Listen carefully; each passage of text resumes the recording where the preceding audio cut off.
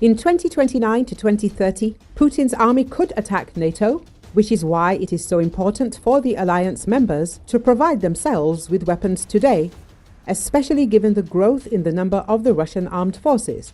According to the head of the German Defense Ministry, Boris Pistorius, military experts and analysts are closely monitoring the Russian Federation. They acknowledged the fact that Putin's army is only increasing in size every year, the Delfi resource reports. Since 2022, the Russian Federation has been putting serious emphasis on the defense industry. New tanks and aircraft are being produced. Pistorius does not rule out that Putin's army will increase to 1.5 million people by the end of 2026. Military experts say that in 2029 to 2030, Putin could reorganize his army to create all the preconditions for a possible attack on NATO countries, which is why the West should start arming itself today. This requires finances, but we are striving for the goal, Pistorius said.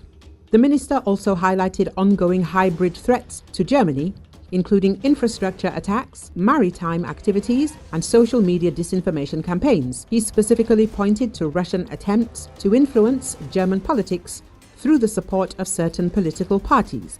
Regarding Germany's military readiness, Pistorius reported progress with 97 major projects worth 58 billion euros approved for 2024. However, he acknowledged challenges, noting that equipment deliveries to Ukraine and industrial capacity constraints affect military modernization efforts.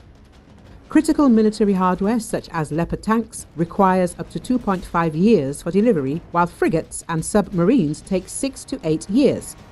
Gaps that developed over 30 years cannot be closed within one election cycle, Pistorius said. Earlier, German Federal Intelligence Service President Bruno Kahl said that Russia could carry out an attack against NATO by the end of the decade. He said Russian President Vladimir Putin declared his enemy long ago, and that direct military conflict with NATO is becoming an option for Russia. Not long ago, the Finnish publication Iltalehti Journal reported that Russia had worked out an attack on Finland. Experts say that Putin will try to reach the borders of the Turku Treaty of 1743, which means that Putin's troops should fight in the area on the Kaimijoki River with an eye on Pumalan Salmi.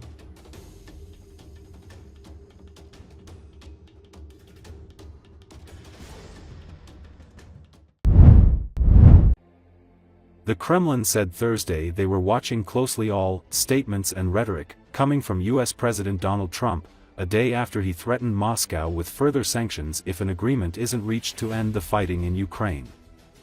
According to Associated Press in a post to his Truth Social site on Wednesday, Trump urged Russian President Vladimir Putin to settle now and stop this ridiculous war, adding that he would have no choice but to expand sanctions and increase tariffs on Russian goods.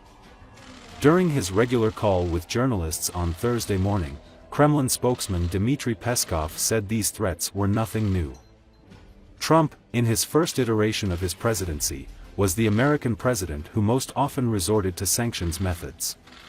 He likes these methods, Peskov said. Peskov added that Moscow remains ready for a mutually respectful dialogue.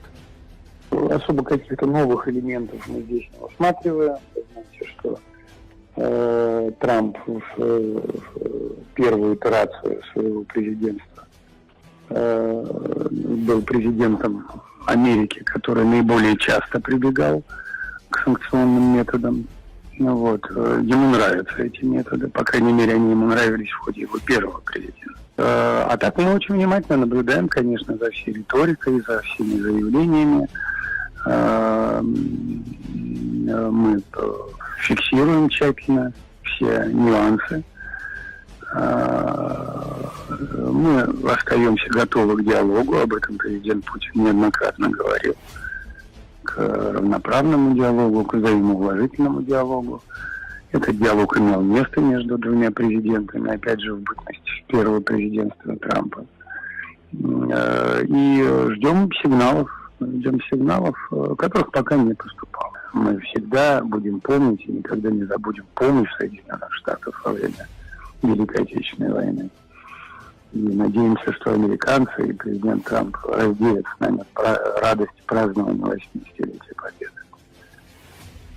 Но давайте не забывать, что президент Путин уже став президентом, завершил выплаты Соединенным Штатам по ленд-лизу за помощь, оказанную во время Великой Отечественной войны.